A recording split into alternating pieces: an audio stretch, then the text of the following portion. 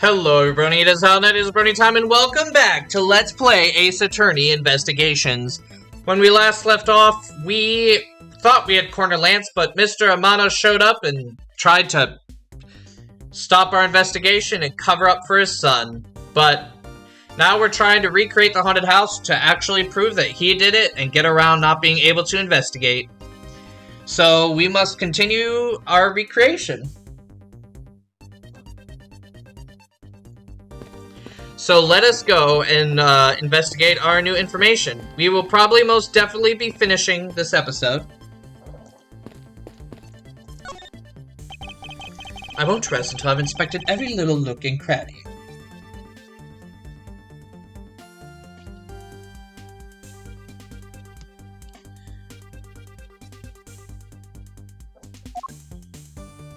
The belt.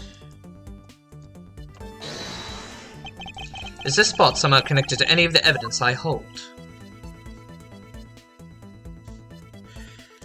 Blue Badger Bible.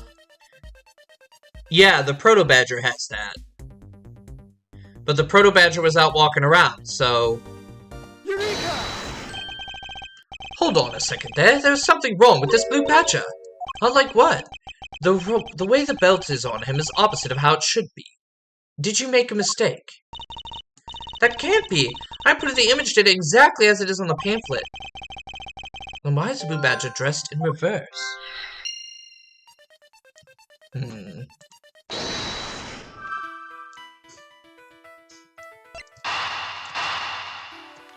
This is all we got. Okay, do you remember what you said earlier? What I said earlier about what? About how this building might as well have been a house of mirrors. A house of mirrors? Oh, that would explain the reversed or mirror image. Yes, this Blue Badger might be nothing more than the reflected image of a real one. Then, was the Blue Badger you saw just a reflection? When I looked down the hall, I thought it was perfectly straight. However, if there was a mirror... Oh, then it would actually form an L shape, right? Precisely. I was deceived. The hallway was almost pitch black. And there was a beam in the way that obstructed my view of the other hallway. Wait, but why build this place like that? It sounds pretty pointless to me. Okay, this house is just another attraction of an amusement park. They created a mirror wall for a very specific purpose. One I can point out to you. This is the reason they built a mirror wall.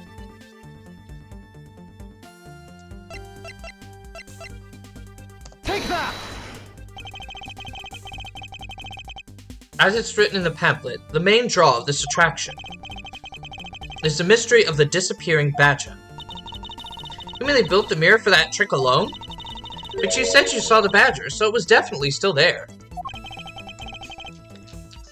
That was true at the time. However, doing this allows someone to make the Blue Badger disappear in a flash.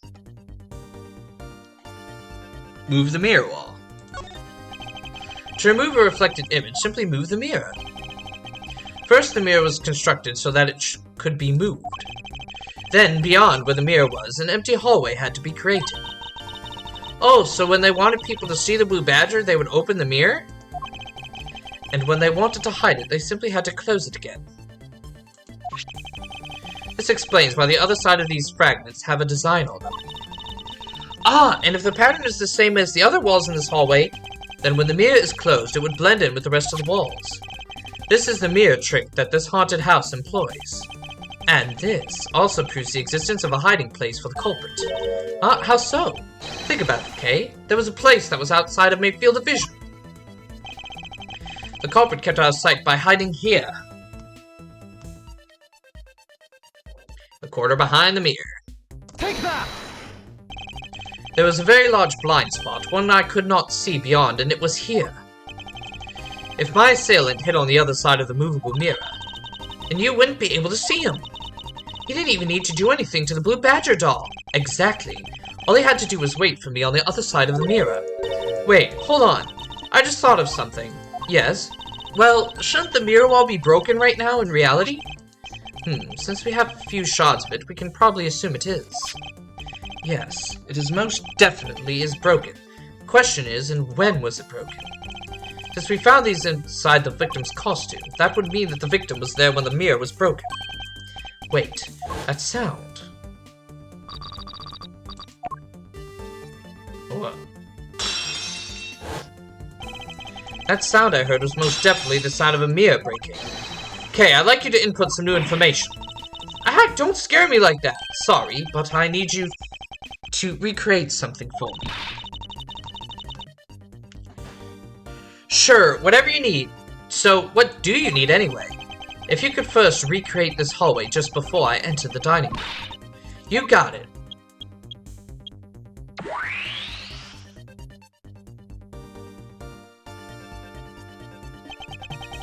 Now this, I believe, this is how it was right before I entered the dining room. Although, at the time, I thought it was but a single straight hallway. And then I went inside. It was around that I heard the sound of a mirror shattering. You heard what? Then, yes, I believe it was when that mirror was broken. Okay, so then, when you stepped outside into the hallway again, the mirror wall should no longer exist, Kay. Please recreate that. Got it.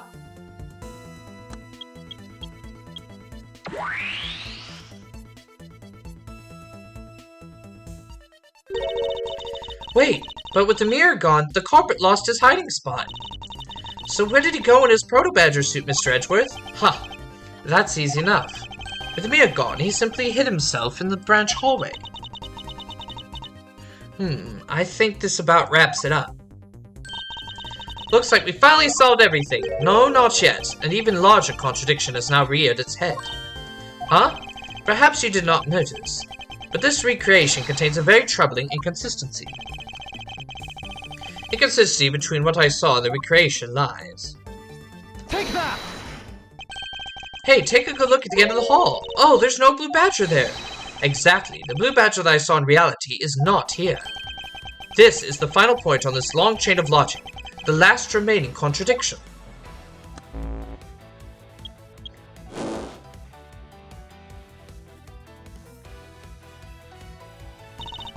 So let me get this straight. When you came out of the dining room, you saw a badger, right? And that is precisely where the final contradiction lies. Something that shouldn't exist was there before me. Who or what do you suppose it was? I believe this is the real identity of our mystery badger. Take that! The badger I saw was in actuality the dead victim's body. Ah! What? Agent Lang, the entirety of my complete logic is my final decisive piece of evidence. The murder happened in the hallway of the haunted house at the time of the drop-off. And you can consider the moment I heard the mirror breaking to be the real time of death for Mr. Deacon. No! Maybe it was due to their fighting, or perhaps it was the life-shattering bullet. But no matter what the cause was, the hallway mirror wall was broken. Ha! You were in this house at the time, right? Are you telling me that you missed the sound of a gunshot? There are a variety of sound effects playing at the time. All for theatrics, I assume. The gunshot must have blended right in. Yeah! Now then, I'd like you to recall something for me.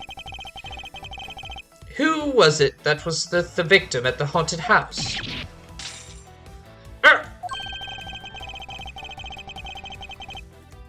Who was the one who had the opportunity to revolve the victim of a gun and use it on him? No! It was you, Lance Amana!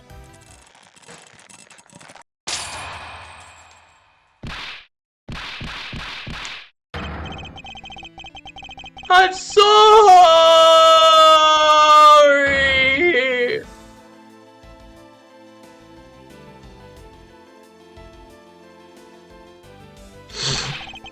It's not like I had a choice. Oliver turned on me all of a sudden. He snapped and turned violent right after I hung up with you. He shoved me to the ground and straddled me. I thought back as hard as I could, grabbed his gun, and I shot him. The bullet must have went through his body and shattered the mirror. If I had taken his gun and shot him first, I would have been the one you found. He's a hardened criminal. He escaped from jail. See, that's justified self-defense. I was only trying to protect himself. That remains to be seen, and will have to be resolved in court. Agent Lang, I leave the rest to you. As if you were the one in charge around here. Guys, arrest these two and get them out of my sight. Wait, I had nothing to do with the murder. The only person you should be arresting is Lash. Dad! Sorry, but you're not slipping away that easily, Mr. Ernest Amano. You tampered with the evidence so that you could cover for your son. What a great dad you are, willing to risk it all. Truly touching. By the way, do you know why I'm really here? And how could I possibly know the answer to such an asinine question? You wound me. I came all this way from across the sea just to see you, you know. You came to see me? What's that supposed to mean? I have a few things to ask you, Mr. Amano, about a case from 10 years ago. A case from 10 years ago? Oh, what's the name that you use here for that case? Shina! It's known as the KG-8 incident. The KG-8 incident? Oh, so you remember it. Good. Then you'll recall that the trigger in that case was the Amano Group scandal. Specifically, the charge of an internal smuggling ring. Smuggling? There's that word again. At the time, the person that was arrested as the ringleader was Mr. Amano's very own secretary, Mr. Colin Deveray. Father? Even though you pushed your crime onto your then-secretary, Mr. Deveray, I always suspected that you were involved with the smuggling ring, Mr. Amano. Mr. Deveray was arrested in place of you, which is why when he broke out, you hid him from the police, right? You hid him in exchange for his silence on your little dirty secret. Now!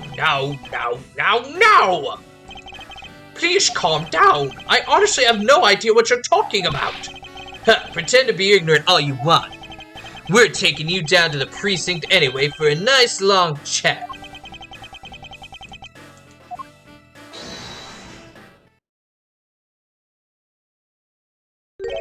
Hold it! Who the heck was that?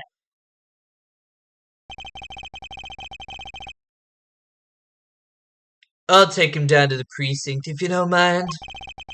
And who the heck are you? I'm Jacques Portsman, and I'm the prosecutor in charge of this case. Oh, Jacques, thank goodness you're here. Don't jerk me around.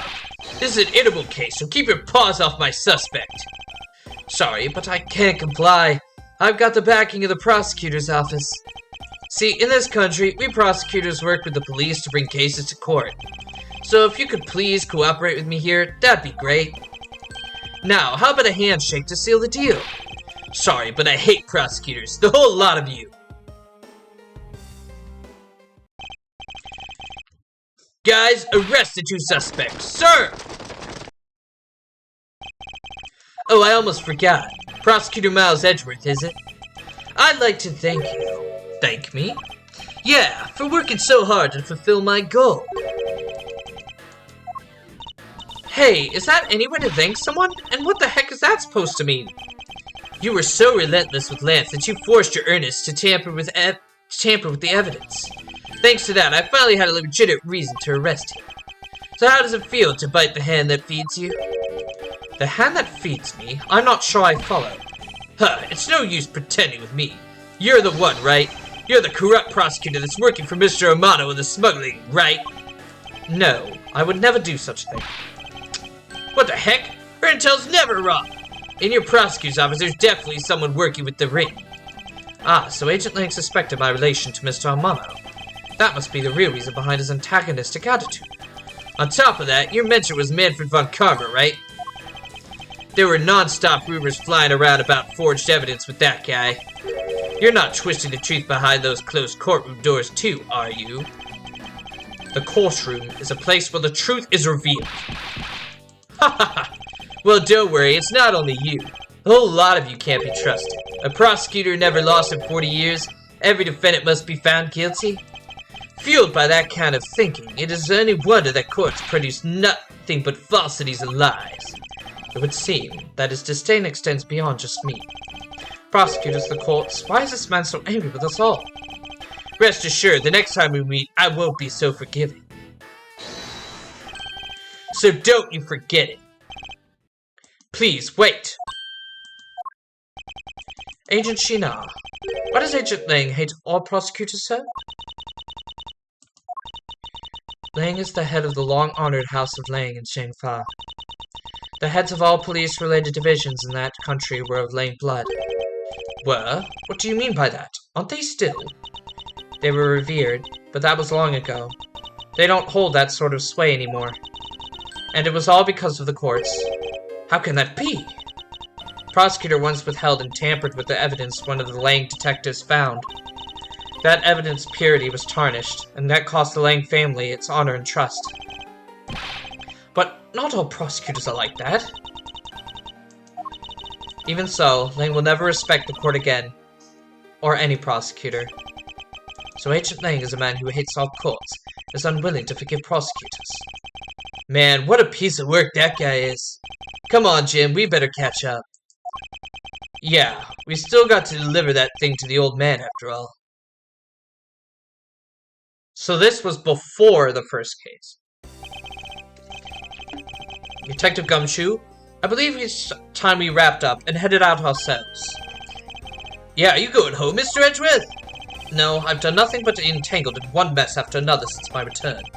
If it's alright with you, you can drop me off at my office. No problem, sir. No problem, sir. Excuse me. Yes, what is it? Thank you very much. That's okay, no need to thank me, pal. Just doing my job as a detective. Guess I was fooled pretty badly by Lance. Oh, cruel fate. What's a woman to do when she's been hurt by the one she loves? And to think I never realized my father was right there. I never said anything to him. I knew it. I'm a failure. Ah, there she goes again, talking to herself. Miss Pops, I wonder if you know why your father participated in the kidnapping. No, I have no idea. Your father died while he was trying to stop Lance, which means that from the beginning he had no interest in the staged self-abduction. Wait, then why did he... I believe it was because of your presence, Miss Pops. Me? Lance realized that the two of you were related, which is why he used you as a hostage to coerce Mr. Deverway into cooperating. Father? As a felon, he would not tell you of his real relation to you. However, as the Yamato family butler, at the very least, he was able to watch over you. It was all he could do, but that was the shape of his overflowing love for you. Go on, speak your mind. That is, thank you very much. You're welcome, although there is no need to thank me. No, Lawrence, stop. I mean, that man's so much older than you.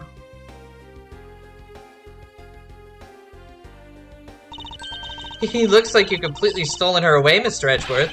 Way to go, sir! Your technique is way beyond the level of great thief. What are you going on about now? Wow, your deducing skills may be sound, but you have no street smarts. That's Mr. Edgeworth for you. Yeah, I mean, he still hasn't figured out who I am at all. If you haven't remembered in all this time, I guess I'm just going to have to say it. This is the first time we met, you know. What do you mean, pal? Mr. Edgeworth? How do you know this girl? Looks like you totally forgot me too, Gummy. Gummy?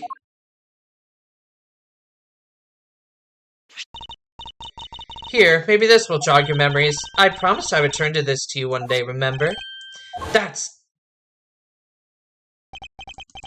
single piece of cloth took me back far into my past. To that fateful day 7 years ago, when I first met the then-child Kay and Detective Gumshoe.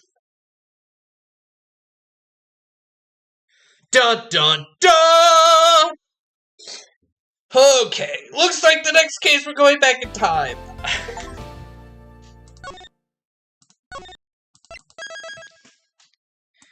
There you have it. As much as I like to end the episode here, it's a little too early. So, we're just gonna go right on to the very next case. Turnabout Reminiscence. They like to do this a lot with the fourth chapter. They go back in time. Well, let's start it, I guess.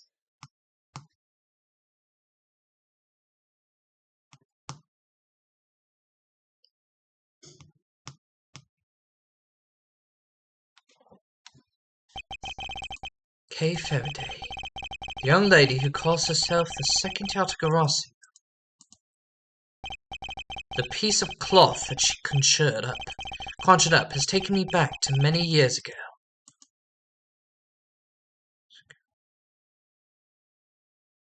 7 years earlier.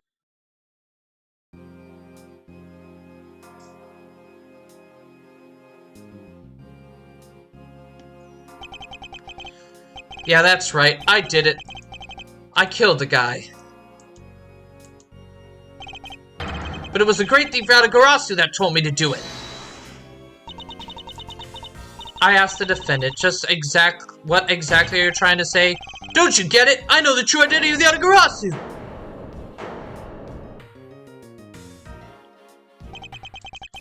The Yatagarasu is a man standing over there at the prosecutor's bench.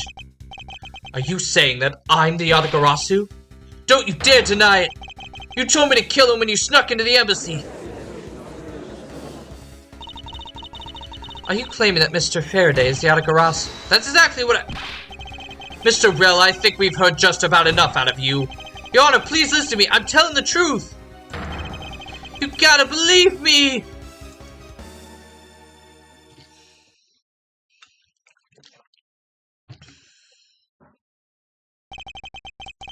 In accordance with the defendant's accusation, a new prosecutor shall be called to replace Mr. Faraday. This court will be in recess until the new prosecutor is ready.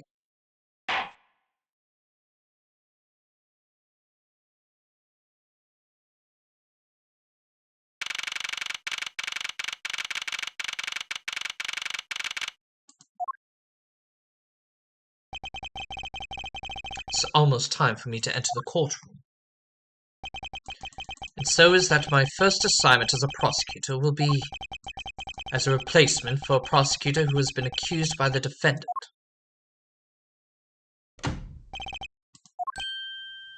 Edgeworth. Sir. Edgeworth. Have you read over all the documents regarding this trial? Yes, sir. I've memorized everything there is to know. Very good. The paperwork for the prosecutor substitution is just about complete. Edgeworth, always bear in mind that as your mentor, I, Manfred von Karma, will accept nothing short of perfection. I understand, sir. To have the chance to stand in court at such an early stage in my career, I am honored and proud. As I have watched over your studies, I am giving you this very rare chance. Prove yourself. Crush the defendant's pathetic lies into oblivion. Yes, sir. That such a legendary prosecutor will be watching and judging my performance. I have to be perfect in every way.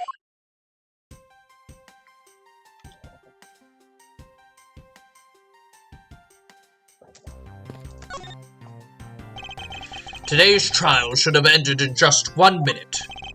Because the defendant was picked up by the security camera, correct? Exactly. The killer had the gall to say that he only killed because he was instructed to do so. Even more outrageous is the claim that the case prosecutor Byrne Faraday gave the order. Ha! Faraday is such a fool.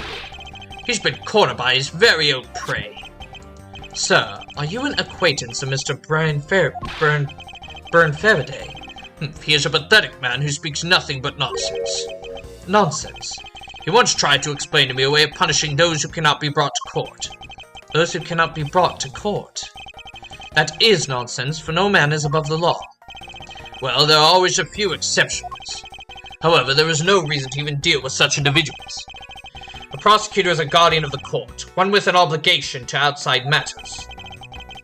Thus, there is no reason to deal with such individuals, I see. Edgeworth, disgracing yourself as Faraday has, will not be forgiven. Have no fear, I won't let you down, sir. In place of the accused prosecutor Byrne Faraday, I'll prove the defendant's guilt. Very good. I've secured an hour of recess for you to prepare to do just that. Show them all the power of Von Karma. So, have you achieved a firm understanding of the case? Yes, sir, I have memorized everything that is written down in the case files. Well, then explain the case to me. I want to see if you really know what you're talking about. Understood. A murder was committed on September 8th in front of the Kohodopian Embassy. The victim, Mr. Dean Mann, was a staff member at the embassy.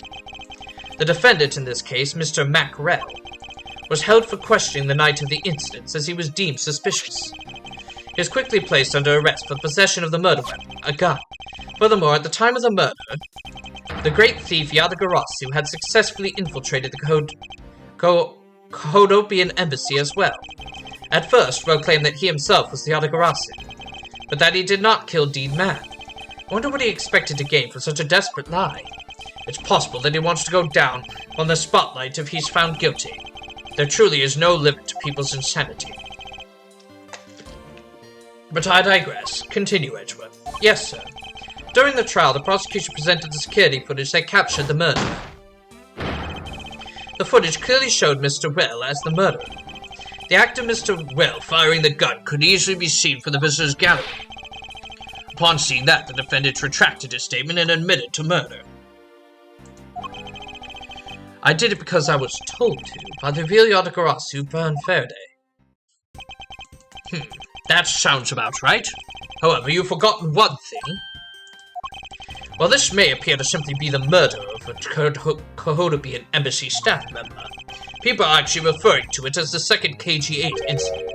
The second KG-8 incident? I'm very sorry, sir. I feel I failed to study hard enough. Well, even among the police, it's information that only a select few are privy to. Could you please enlighten me, sir? Sir, what do you mean by the second KG-8 incident? In order for me to tell you that, you first must learn about the original case. Take a look at these documents. Take a look at these documents! This is a 3-year-old newspaper. You have heard of the Amano Group scandal before, correct? Yes, I have. The secretary of Ernest Amano, the Amano Group's director, was arrested under suspicion of smuggling. Correct. CCU was an employee of the Amano Group and a sole witness to the smuggling operation. It was she who brought the crime to light. However, Miss Yu was silenced before she could testify in court. Wasn't a Kohodopian Embassy staff member arrested for the murder? Yes, a Kohodopian by the name of Manny Kochin was the suspect. However, due to lack of evidence, the case went unresolved. Lack of evidence? Ha! If only I was in charge of the case. I would have done everything in my power to prove his guilt. To make sure that all criminals are found guilty. My mentor really is dedicated. Faraday was the prosecutor on the case then, and he was as pathetic as ever. Mr. Faraday was in charge of the KG-8 incident as well. That's right. And now, once again, the victim of the case you are currently assigned to was someone who was scheduled to testify against that smuggling organization. And just like the last time, the victim was murdered right before he was to testify. You're catching on. The victim was murdered just after his day in court against the smuggling organization. Events are going almost exactly the same way as they did in the KG-8 incident. So that's why it is being called the second KG-8 incident? Yes. Yet there is one difference between the two incidents. What would that be? The so-called noble thief that is sending everyone into an uproar. The great thief Yatagarasu. Yatagarasu, I'd better find out more. If it is true that Yatagarasu showed up at the Kohodopian Embassy, what could he or she have been after? No doubt to steal any suspicious accounting records and release them publicly, or more likely to steal the secrets from the Kohodopian Embassy itself, since the item that the Yatagarasu stole from there was sent to the police. What was it that the Yatagarasu sent to the police? I don't know the details. Anything related to the Yatagarasu is getting the top secret treatment. Still, I find it very ironic. By returning the stolen item to the police, it was proof positive that the Yatagarasu had infiltrated the embassy on the same day the staff member was killed. Criminals have a way of incriminating themselves, wouldn't you say? That would be the first time the Yatagarasu has left evidence behind, correct? Yes, indeed. If you wish to learn more about the Yatagarasu, then I suggest you ask Faraday. Mr. Faraday. He happens to be the prosecutor in charge of the Amaterasu case as well. He's a prosecutor in charge of both the KG-8 incident and the Amaterasu case? Mr. Faraday really has a lot on his plate. What is it, little girl? You're scary, mister. Did you need something? I want to trade these coins with you. A fistful of dimes, quarters, and pennies. Looks like you have exactly $1. Is this what you want? Thanks, that's exactly what I needed. Could that child be here to watch the trial? How disrespectful, a child like that to be running around inside the courthouse. Does no one have respect for this country's judicial system anymore?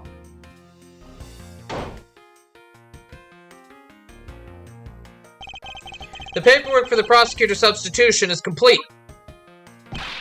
Why, you do even know how much time there is left before the trial resumes? I'm so sorry.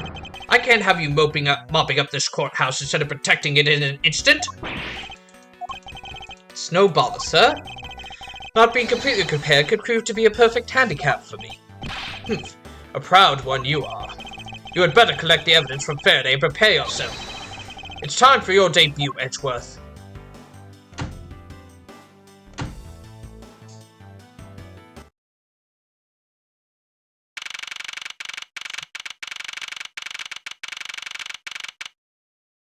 Alrighty, well, we are at time. So we finally took down Lance, and now we're starting another flashback case. Ever since Trials and Tribulations, they've really loved doing these flashback cases, but it's usually needed to understand the fifth case. Better than just not showing us anything expected to go into know. But we are here at chapter number 4, and we will continue next time on Ace Attorney Investigations. So, thank you all for watching. Please leave a like, comment, and subscribe for more content, especially more Ace Attorney Investigations. Also, please make sure to share this video far and wide so we can get as many eyes on this series as possible. And I will see you all next time.